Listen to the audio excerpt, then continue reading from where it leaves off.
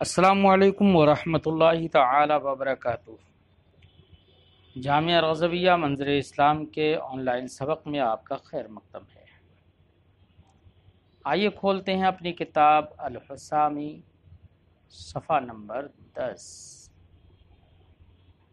اس سے پہلے سبق میں ہم تقسیم اول کے اقسام اربع یعنی خاص، عام، مشترک، مؤول پر گفتگو کر چکے ہیں، اور آج ہم تقسیم ثانی کے اقسام اربع پر گفتگو کریں گے۔ تقسیم ثانی کے اقسام اربع وہی ظاہر، نص، مفسر، محکم، ان چار پر آج ہم گفتگو کریں گے۔ آئیے سب سے پہلے ہم کتاب کی کچھ عبارت پڑھتے ہیں۔ آپ لوگوں نے کتاب کھول لی ہوگی؟ جی، شروع کرتے ہیں۔ بسم اللہ الرحمن الرحیم۔ والقسم الثانی فی وجوہ البیان بذلك النظم وهي اربعة الظاہر وهو ما ظهر المراد منه بنفس الصيغة، والنشر وهو ما ازداد وضوحا على الظاهر بمعنى في المتكلم، نحو قوله تعالى فانكحوا ما طاب لكم من النساء مثنى وثلاث ورباع، وإنه ظاهر في الإطلاق نص في بيان العدد لأنه سيق الكلام لأجله، والمفسر وهو ما ازداد وضوحا على النص على وجه لا يبقى فيه احتمال التخصيص والتعبير، نحو قوله تعالى فسجد الملائكة كلهم أجمعون، وحكمه الإيجاب قطعا بلا احتمال تخصيص وتعبير، إلا أنه يحتمل النسخ، فإذا ازداد قوة وأحكم المراد به عن التبديل سمي محكما۔ پیارے طلبہ، آج کے اس سبق میں صاحب حسامی تقسیم ثانی کے اقسام اربع بیان کریں گے۔ تقسیم اول تھی صیغہ اور لغت کے اعتبار سے، یعنی بے اعتبار وضع تقسیم اول تھی، جس کی چار قسمیں بیان کی تھیں: خاص، عام، مشترک، مؤول، جن کی تفصیل گزر چکی ہے۔ تقسیم ثانی نظم کی کس اعتبار سے ہے؟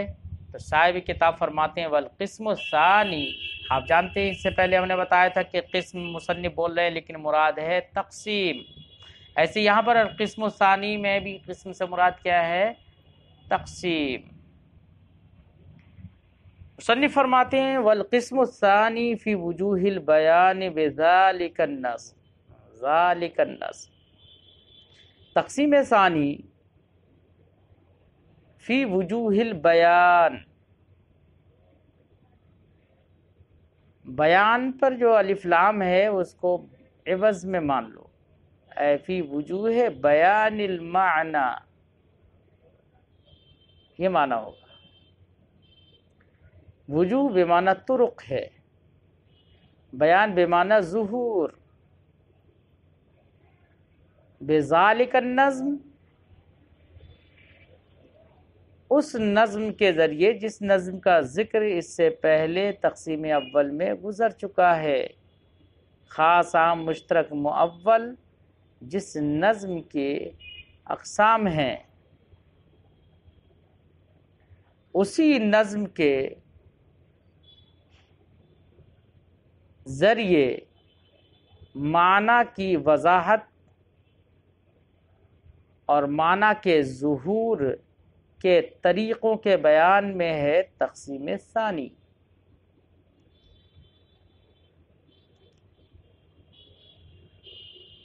کہ خاص عام وغیرہ میں جو نظم کا ذکر ہوا اس نظم سے معنی کا ظہور کس طریقے پر ہوگا، اس کے مرتبے کتنے ہیں؟ تو مراتب ظہور کے اعتبار سے لفظ اور نظم کی دلالت معنی پر ہوتی ہے، اس اعتبار سے یہ تقسیم ہے۔ یعنی تقسیم ثانی معنی کے ظہور نظم کے ذریعے، اسی نظم کے ذریعے جس کا ذکر ما قبل میں ہوا، اس نظم کے ذریعے معنی کے ظہور کے طریقوں کے بیان میں۔ اب وہ طریقے کتنے ہوں گے معنی کے ظہور کے؟ تو حاصل گفتگو یہ ہے کہ یہاں پر تقسیم ثانی مراتب ظہور کے اعتبار سے ہے، یعنی نظم کی معنی پر جو دلالت ہے بے اعتبار مراتب ظہور، اس اعتبار سے یہ تقسیم ثانی ہے۔ اس تقسیم ثانی کے بھی کتنے اقسام ہیں؟ فرماتے صاحب کتاب وہی اربعۃ، کتنے ہیں؟ 4 اقسام۔ پہلی قسم ہے ظاہر، دوسری ہے نص، تیسری ہے مفسر، چوتھی ہے محکم۔ اگر تخصیص و تعویل کا یعنی لفظ سے نفس صیغہ سے مراد تو ظاہر ہو،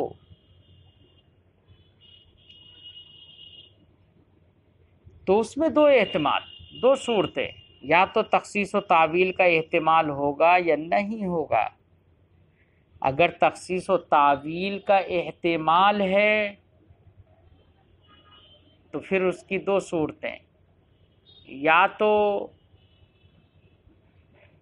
کلام کو اس معنی مراد کو بیان کرنے کے لیے لایا گیا ہوگا یا نہیں۔ اگر نہیں لایا گیا ہو، عدم سوق ہو، تو اسے ظاہر کہیں گے، اور اگر کلام کو اس معنی مراد کو بیان کرنے کے لیے لایا گیا ہے، اسی مقصد سے لایا گیا ہے کلام کو، تو اس کو نص کہیں گے۔ اور یہ دونوں صورتیں اس وقت تھیں جب کہ تعویل یا تخصیص کا احتمال ان میں ہو۔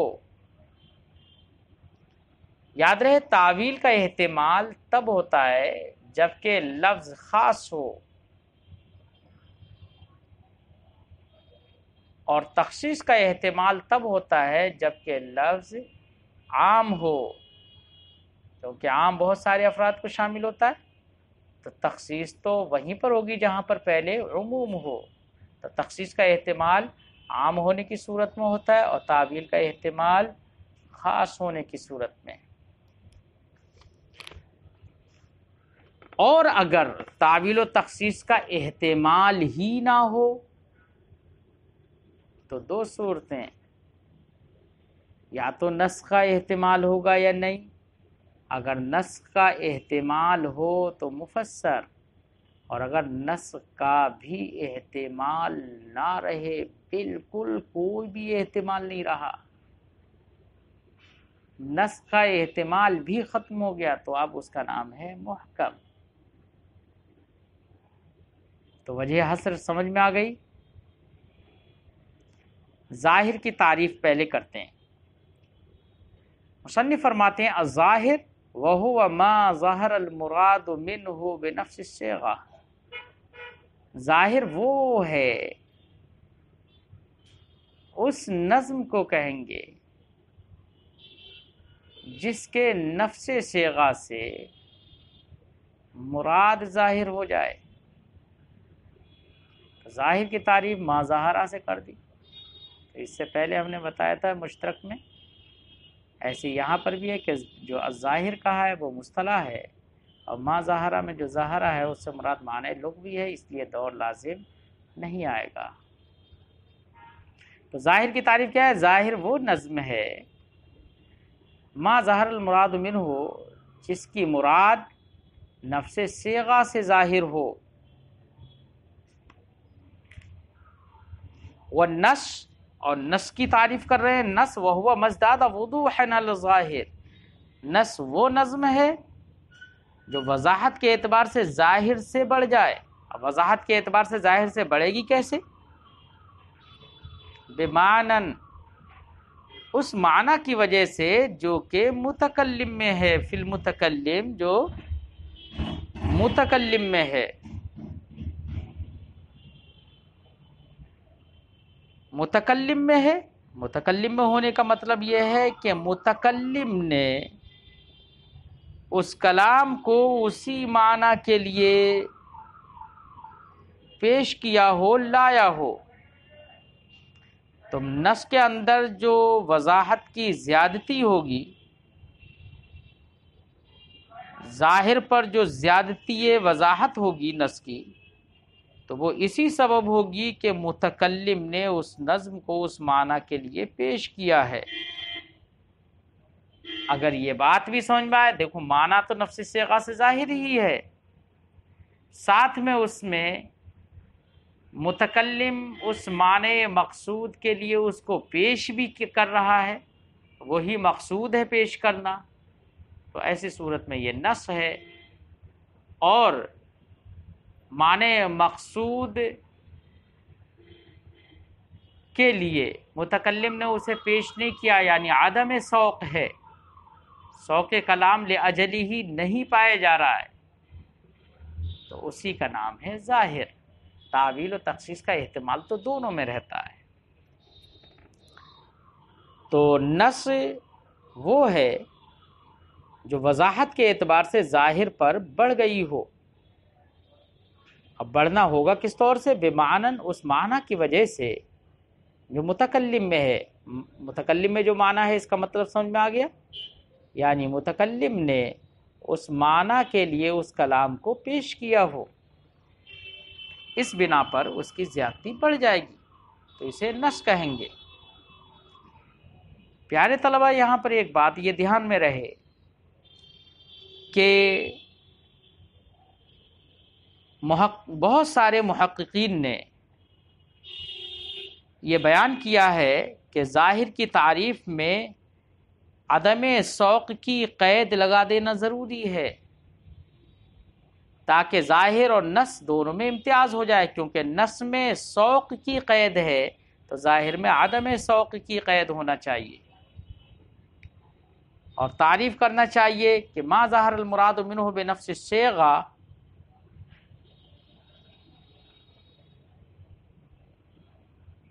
نفس صیغہ سے جس کی مراد ظاہر ہو وہ ہے ظاہر، اور اسے اس معنی کو ادا کرنے کے لیے کلام کو نہیں لائے گا. وَلَمْ يُسَقْ الْكَلَامُ لِأَجْلِهِ، اور اس معنی کے لیے کلام کو تو لم یسق یا عدم سوق کی قید لگانا چاہیے. یہ محققین میں سے اکثر کا کہنا ہے، تاکہ نص اور ظاہر کے درمیان فرق ہو جائے.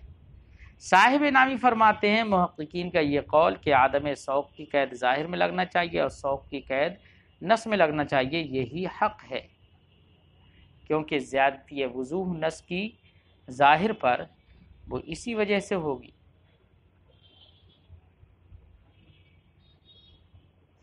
کچھ لوگوں نے سوق اور عدم سوق کی قید کا انکار کیا،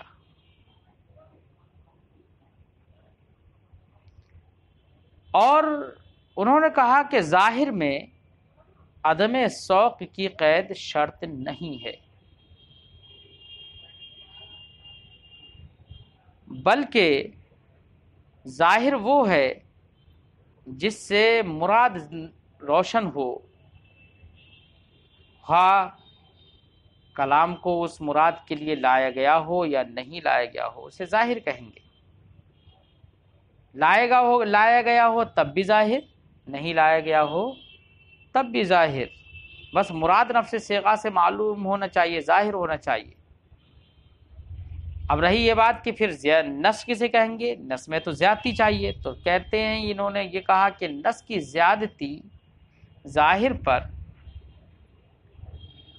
اس طور سے ہوگی کہ ظاہر کا جتنا معنی روشن ہو، نمایاں ہو، ظاہر ہو، اس معنی سے کچھ الگ اور بھی معنی اس میں سمجھ میں آ جائے، تو کچھ الگ دوسرا معنی یا کچھ قرینہ لفظیہ کے ذریعے سے جو قرینہ لفظیہ اس میں ملا دیا جائے یا ملا ہوا ہو، تو اس سے وہ معنی سمجھ میں آ جائے جو ظاہر سے سمجھ میں نہیں آتا تھا، تو یہی اس کی ظاہر پر زیادتی وضاحت ہو جائے گی۔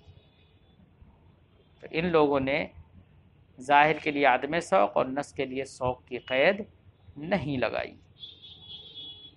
بہرحال تو نص کی تعریف بھی ذہن میں آ گئی۔ ایک بار پھر تعریف کا ترجمہ کرتے ہیں۔ الظاہر وہو ما ظہر المراد منہ بنفس الصیغہ، ظاہر وہ نظم ہے جس کی مراد نفس صیغہ سے ظاہر ہو۔ والنص، اور نص وہ ہے مزداد وضوحا الظاہر، جو وضاحت میں ظاہر پر بڑھ گئی ہو اس معنی کی وجہ سے جو متکلم میں ہے، جیسے کہ اللہ کا فرمان فَانْكِحُوا مَا طَابَ لَكُم مِّنَ النِّسَاءِ مَثْنَىٰ وَثُلَاثَ وَرُبَاعَ۔ یہ آیت کریمہ ہے، یہی آیت کریمہ ظاہر کی بھی مثال ہے اور نص کی بھی مثال ہے۔ صاحب کتاب فرماتے ہیں فَإِنَّهُ ظَاهِرٌ فِي الْإِطْلَاقِ، یہ آیت کریمہ اطلاق میں ظاہر ہے۔ اطلاق سے مراد اباحت نکاح، کیا ہے مراد؟ اباحت نکاح، یعنی جو عورتیں جن عورتوں سے نکاح کرنا مباح ہے، جو عورتیں پسند ہوں، ان عورتوں سے نکاح کرنے کی اباحت میں یہ آیت کریمہ ظاہر ہے، کیونکہ ما طاب لکم من النساء کہا گیا ہے، تو ما طاب لکم من النساء میں فنکحو کہا گیا نا، فنکحو نکاح کرو، ما طاب من، تو نکاح کرنے کا سب سے کم ادنا درجہ جو ہے کم سے کم اباحت ہی ہے نا، وجوب تو نہیں لیکن اباحت تو ادنا درجہ کم سے کم ہے۔ تو یہاں پر آیت کریمہ سے نفس اباحت نکاح سمجھ میں آ جاتی ہے فنکحو کہنے ہی سے۔ تو اطلاق میں یعنی اباحت نکاح میں یہ آیت کریمہ ظاہر ہے، نفس صیغہ سے اباحت سمجھ میں آ گئی۔ اب آپ کے ذہن میں ایک سوال ہوگا کہ مصنف کو فَإِنَّهُ ظَاهِرٌ فِي الْإِبَاحَةِ ہی کہہ دیتے، فی الاطلاق کیوں کہا؟ تو کچھ نئے الفاظ استعمال کیے جاتے ہیں انوکھا پن پیدا کرنے کے لیے۔ یہاں پر مصنف نے بھی اطلاق استعمال کیا اور اباحت مراد کیا۔ اس کی وجہ کیا ہے؟ اشارہ اس بات کی طرف کرنا ہے کہ دیکھو نکاح کے معاملے میں اصل حرمت ہے اور حظر ہے، ممانعت ہے۔ اصل تو اصل ہے کیونکہ وہاں پر جزو انسانی کا استعمال ہوتا ہے اور یہ امر جائز نہیں ہے، وہ تو افزائش نسل انسانی کے خاطر نکاح کو جائز قرار دیا گیا ہے شرعاً، عقل تو اس کو جائز نہیں سمجھتی، تو اس لیے نکاح کے سلسلے میں اصل ہے حرمت اور حظر اور ممانعت۔ تو جو ایک حرمت اور حظر و ممانعت کی جو ایک قید تھی، نکاح کرنے کے ذریعے سے شریعت نے اس قید کو اٹھا دیا نکاح کی اجازت دے کر، تو گویا کہ اباحت نکاح ایک اطلاق من القید ہے۔ اس لیے مصنف نے اس کی طرف اشارہ کرنے کے لیے فی الاطلاق کہہ دیا۔ فَإِنَّهُ ظَاهِرٌ فِي الْإِطْلَاقِ، یہ آیت کریمہ اباحت نکاح میں ظاہر ہے، نص فی بیان العدد، اور کتنی بیویوں سے نکاح، کتنی عورتوں سے نکاح کیا جا سکتا ہے، بیان عدد میں یہ آیت کریمہ نص ہے، کیونکہ اس آیت کریمہ سے اباحت، اس آیت کریمہ کو اباحت بیان کرنے کے لیے لایا نہیں گیا ہے، اس آیت کریمہ کو تو لایا اس لیے گیا ہے تاکہ تعداد بتا دی جائے کہ تم کو اتنی اتنی عورتوں سے نکاح کرنا جائز ہے۔ کتنی کی؟ فرماتے ہیں نص فی بیان العدد، بیان عدد میں یہ آیت کریمہ نص ہے، لأنہ سیق الکلام لأجلی، کیونکہ کلام تو بیان عدد ہی کے لیے لایا گیا ہے۔ آیت کریمہ کا ترجمہ فَانكِحُوا مَا طَابَ لَكُمْ، تمہارے لیے جو عورتیں مباح ہیں، حرام نہیں ہیں، ان سے نکاح کرو، من النساء، ان سے نکاح کرو، مثنا 2 سے، 3 سے، 4 سے۔ اب کوئی کہے 2 3 4 سے نکاح، تو ہر ایک تو تکرار پر دلالت کر رہا ہے، تو 4 تو اس کا مطلب 8 سے نکاح کرنا جائز ہو جائے گا ہے؟ یہ مراد نہیں ہے، یہ عرف کے لحاظ سے عرف میں ایسا بولا جاتا ہے کہ آدمی کہتا ہے، عرف میں بھی ایسا بولا جاتا ہے کہ کسی کے ہاتھ دونوں ہاتھوں میں لڈو ہونا، کہا جاتا ہے 2 لڈو، 2 کا مطلب 4 نہیں ہوتا ہے، مراد تو 2 ہی ہوتا ہے۔ ایسے ہی یہاں پر مثنا و ثلاثہ و رباع سے بھی مراد وہی ہے، یا تو 2 سے، یا 3 سے، یا 4 سے، 4 سے زیادہ سے نکاح نہیں کر سکتے۔ یہ ظاہر اور نص کی گفتگو ہی۔ اگلے فرماتے ہیں والمفسر، مفسر یہ اس میں یہ باب تفعیل سے اس میں مفعول ہے، فسر یفسر تفسیر، فسرن کا معنی ہوتا ہے واضح ہونا، روشن ہونا، تو تفسیر روشن کرنا، واضح کرنا۔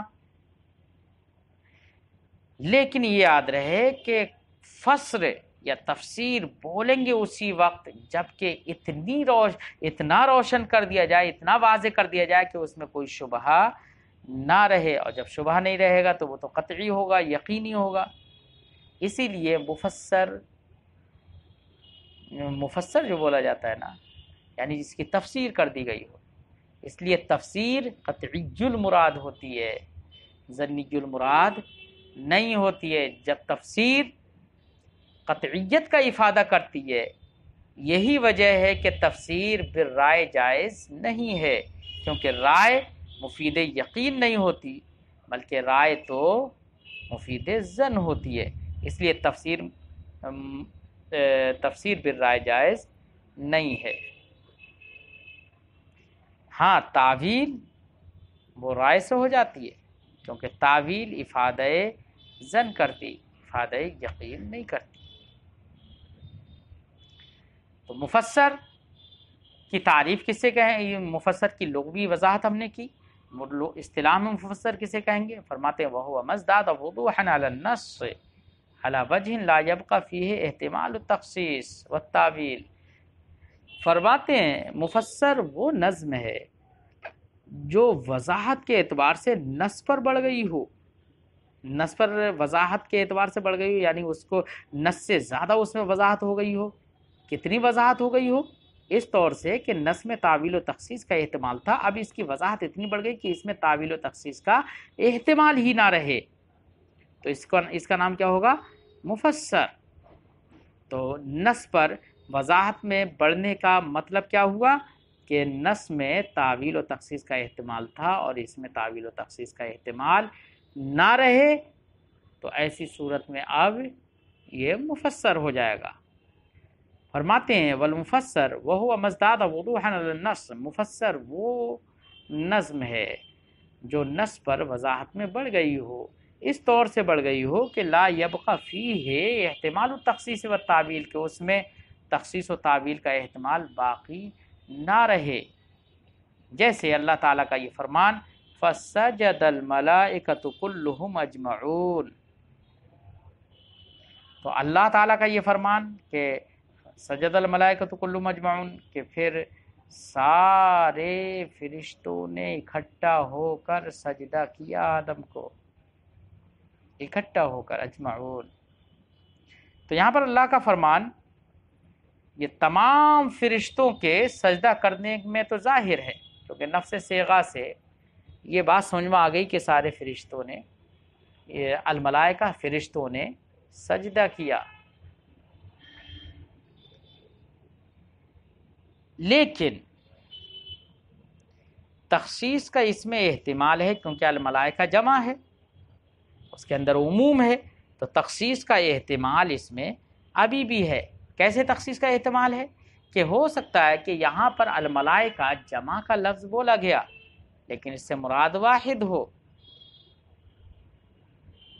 ایسا ہو سکتا ہے کہ جمع بول کر واحد بھی مراد ہو جاتے ہیں، جیسے کہ اللہ کے اس فرمان میں ہے کہ فرمایا اللہ نے اذ قالت الملائکۃ یا مریم، تو یہاں پر الملائکہ اگرچہ جمع ہے لیکن مراد اس سے جبریل علیہ السلام ہے، تو جمع بول کر بھی کہ بھی واحد مراد ہوتا ہے، تو ایسے ہی یہاں پر بھی یہ احتمال تخصیص رہے گا کہ الملائکہ جمع بولا گیا ہو سکتا ہے واحد مراد ہو، تو اب مانا ہوگا کہ کسی ایک فرشتے نے سجدہ کیا، تو یہ احتمال تخصیص الملائکہ میں تھا بھی، لیکن جب بعد میں کہا کلہم، اب تو تاکید ہو گئی نا، اب تو سمجھ میں آ گیا نا کہ ایک مراد نہیں ہو سکتا، سب نے کیا، تو تخصیص کا جو احتمال تھا وہ اب ختم ہو گیا۔ اب پہلے سے اب یہ بڑھ گیا وضاحت میں، پہلے تخصیص کا احتمال تھا، اب وہ اس سے وضاحت میں بڑھ گیا، اور کلام کو بھی یہاں پر اسی لیے لایا گیا ہے کہ یہ بتانے کے لیے کہ سب نے سجدہ کیا، اس لیے اب یہ آیت کریمہ یہاں پر کلہم کہہ کر نص ہو گئی، لیکن ابھی بھی وہ احتمال تو ختم ہوا، لیکن یہاں پر ایک اور احتمال پیدا ہو سکتا ہے، ایک احتمال رہ گیا، وہ احتمال کیا رہ گیا؟ احتمال یہ رہ گیا کہ کلہم سب نے سجدہ تو کیا، ایسا تو ہو سکتا ہے کہ الگ الگ وقت میں سجدہ کیا ہو، الگ الگ جگہ میں سجدہ کیا ہو، اکٹھے ہو کر نہیں کیا ہو، الگ الگ ہو کر سجدہ کیا ہو، یہ احتمال رہ گیا۔ لیکن جب اجمعون کہہ دیا تو اب یہ احتمال بھی ختم ہو گیا۔ کیا ہو گیا؟ اجمعون کہہ کر یہ احتمال تعویل بھی، یہ احتمال تفریق بھی ختم ہو گیا، اور جب یہ بھی احتمال ختم ہو گیا فصار مفسرن، فصار مفسرن، تو اب یہ کیا ہو گیا؟ مفسر ہو گیا۔ یہاں پر کوئی ایک اعتراض کر سکتا ہے کہ آپ کہہ رہے ہیں کہ یہ آیت کریمہ اب مفسر ہو گئی اجمعون کہنے کے بعد، کوئی اعتراض کر سکتا ہے کہ بھئی یہ مفسر نہیں ہے، کیونکہ اس سے ابلیس کا استثناء کیا گیا ہے، الا ابلیس آگے کہا گیا ہے،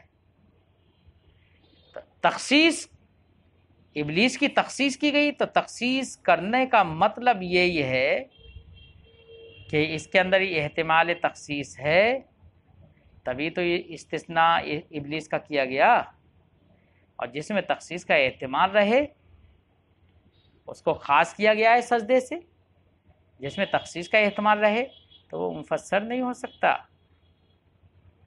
یہ کوئی اعتراض کرے؟ جواب اس کا دیا جائے گا کہ استثناء ہے، ہم مانتے ہیں، لیکن یاد رہے استثناء اصولیین کی اصطلاح میں استثناء یہ مخصص نہیں ہے، وہ اسے تخصیص نہیں کہیں گے، استثناء کرنے سے تخصیص نہیں ہوتی ہے، کیونکہ مخصص یا تو کلام مستقل ہوتا ہے، یا عقل ہوتی ہے، یا عادت ہوتی ہے، یا حس ہوتا ہے، یہ مخصص ہوتے ہیں، اور جہاں پر مخصص پایا جائے گا تبھی تو تخصیص ہوگی، اور رہا استثناء تو وہ تو کلام مستقل ہی نہیں ہوتا ہے، اس کا تعلق تو صدر کلام سے ہوتا ہے، صدر کلام پر وہ موقوف ہوتا ہے، تو وہ تو کلام غیر مستقل ہے استثناء، تو وہ تو اصطلاح میں اسے مخصص کہیں گے ہی نہیں، تو استثناء یہاں پر کیا گیا، تو استثناء کی بنا پر جب استثناء مخصص نہیں ہے تو استثناء کی بنا پر یہ کیسے کہا جا سکتا ہے کہ یہاں پر تخصیص ہوئی؟ تو تخصیص نہیں ہوئی ہے۔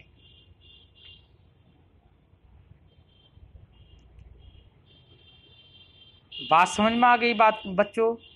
آج ہم اپنی گفتگو یہاں پر ختم کرتے ہیں، اور اس کا حکم آنے والے سبق میں پیش کرتے ہیں۔ السلام علیکم ورحمۃ اللہ تعالی وبرکاتہ۔